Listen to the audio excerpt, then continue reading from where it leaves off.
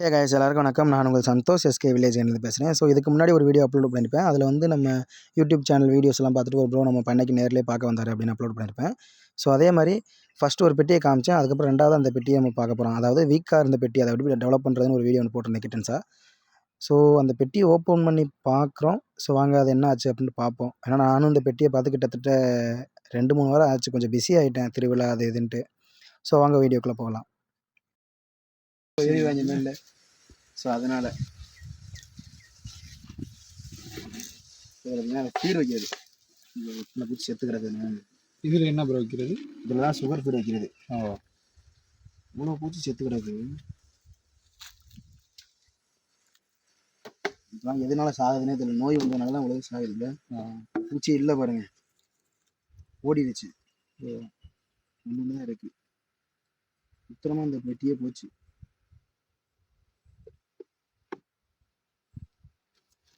கஷ்டப்பட்டு அவ்வளோ நாளாக கொண்டு வந்தேன். இதெல்லாம் எதுனாலனா நோய் வந்ததுனால தான் அந்த அளவுக்கு தானது. ஓகே, அந்த நோய் வந்ததெல்லாம் எப்படி ஐடென்டிஃபை பண்ணுறது? வேக்ஸ் மாற்றணும். ஆமாம், இங்கே பாருங்க, பாருங்க, 1-2 பூச்சி தான் இருக்குது. எல்லாமே போச்சு. இந்தோ கரப்பாம்பூச்சிலாம் வருது. இவ்வளோதான். இந்த பெட்டி நீ முடிஞ்சு ஸ்டோரி முடிஞ்சிச்சு. சீன் காலி. இது கிட்டத்தட்ட இந்த பெட்டி 4 மாதமாக வந்து இதுக்கு நான் சுகர் ஃபீட் வச்சு காப்பாற்றிட்டு இருந்தேன். ஆனால் கொஞ்சம் கூட இம்ப்ரூவ்மெண்ட் இல்லாமல் எல்லாம் செத்து போச்சு. அவ்வளோ நோய் வந்துச்சுன்னா வந்து இந்த பெட்டி அவ்வளோதான், சோழி முடிஞ்சிடும். எது அந்த அந்த புழு அந்த நோயினால தான் சொல்கிறீங்களா? இல்லை, அதை எப்படி நோய் வந்து ஐடென்டிஃபை பண்ணுறது? இந்த குட்டி இருக்கு பார்த்தீங்களா, குறிச்சு. ஆமாம், அடை. அந்த வேக்ஸ் மாத்துங்கிற புழு வந்தாலே வந்து இந்த மாதிரி அடையெல்லாம் கத்திரிச்சு போட்டுரும். அதோட வேலையே வந்து அந்த அடையை திங்கிறது தான். ஒரு பெட்டி வாங்கிட்டா. இந்த பெட்டி வந்து அடுத்து நான் எதுக்கு வச்சுக்கணும்னா வேறு எதுவும் பூச்சி அடை இதெல்லாம் அவ்வளோதான். இனி இந்த அடையெல்லாம் எடுத்து உரிக்கிற வேண்டியது. பாருங்க, ஒரு 2 வாரத்துக்கு முன்னாடி நான் அந்த பெட்டியை பார்த்தேன். அப்போதைக்கு இதில் ஸ்ட்ரென்த் அப்படி இருந்துச்சு, அவ்வளோ இதாக இருந்துச்சு. கிட்டத்தட்ட எனக்கு எப்படி இந்த பெட்டி டெவலப் ஆயிருமோ அப்படின்னு ஒரு நம்பிக்கையில் இருந்தேன். போச்சு. கூட பார்த்தேன், பூச்சி தெரிஞ்சுனா. இது மாங்காய் சீசன் தானே, பூச்சி நிறைய பேர் பெட்டிலேருந்து போக வரேன்ட்டு இருந்துச்சு. அதான் இந்த பெட்டி சொல்ல இருந்துச்சு. என்ன ஒன்றுனா அடுத்து வந்து பெட்டி பிரிக்கும் போது இருக்கட்டும். இது எப்படி இப்போ எரிச்சிருவியா? இல்லை இல்லை, அந்த அடையெல்லாம் எடுத்து உரிக்கிறது. இதை உரிக்கினா உரிச்சு அது உருக்குறது.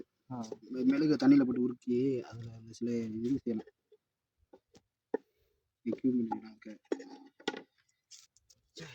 எல்லாம் கொடுத்து காப்பாற்றனே ஓடிட்டியே, ரொம்ப கஷ்டமாகி போச்சு.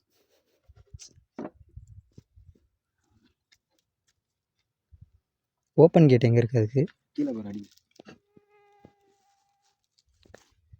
இதில் தான் ப்ரோ மேனேஜ்மெண்ட்டு. மெயினாக நோய் வந்துச்சுன்னா வந்து அடுத்த அந்த பெட்டியை காப்பாற்றுறது கொஞ்சம் கஷ்டம், ரொம்ப கஷ்டம். அது நிற்காது, ஓடிடும் நான் செத்துறேன். இப்போ செத்துருந்துச்சு. இல்லை, நோய் வர்றதுக்கு முன்னாடி என்ன போகும் வராமல் இருக்கிறதுக்கு என்ன? அதுக்கு வந்து அதான் சொன்னல, இந்த மாதத்துக்கு ஒரு 3-4 தடவை திறந்து பார்க்கணும். அந்த நோய் வந்துருக்கு எப்படின்னா, இந்த அடிப்படை இப்போ தொடச்சலாம் நான். ஆமாம், விரலை வச்சு அழுத்தி துடைக்கணும். ப்ரெஷ் எக்யூப்மெண்ட்லாம் இருக்குது, இப்போ நிறையா இருக்குது. பீ கீப்பிங் ப்ரெஷ்ஷு, க்ளீனிங் ப்ரெஷ்ஷு, அந்த ப்ரெஷ்ஷை வாங்கி நல்லா தேய்க்கணும். போட்டு தேய்ச்சி அடிப்படையில் எதாவது சுத்தம் பண்ணிகிட்டே இருக்கணும் அடிக்கடி. பூச்சி அந்த பெட்டியோட ஸ்ட்ரென்த்தை வந்து இன்க்ரீஸ் பண்ணிகிட்டே இருக்கணும். மெயினாக வந்து இதில் நோய் வராமல் இருக்கிறது ராணி இருக்கணும். ராணி இருந்தால் தான் முட்டை வச்சுக்கிட்டே இருக்கும், பாப்புலேஷன் அதிகமாகும். இல்லை, ராணி இல்லை நான் வாங்கும்போது. ஆனால் அந்த 4 மாதமாக அந்த பெட்டியை வச்சு அவ்வளோ கஷ்டப்பட்டு கொண்டு வந்து கடைசி நேரத்தை கவுத்துட்டு போயிருச்சு. பார்த்தியா, இதை வச்சு தான் அடிக்கடி வீடியோ போட்டுகிட்டே இருக்குது. நோய் வந்த பெட்டி, இந்த இடம் தானே அது? என்ன அது கவுத்துட்டு போயிட்டாங்க. விடு, மாறு வச்சிடலாம். திரும்ப இந்த பெட்டியை எப்படி நம்ம ரீஃபில் பண்ண போகிறோம் அப்படின்னு அதுக்கான வீடியோ நான் நெக்ஸ்ட்டு போடுறேன். ஸோ மறக்காமல் சப்ஸ்கிரைப் பண்ணுங்கள். டாட்டா.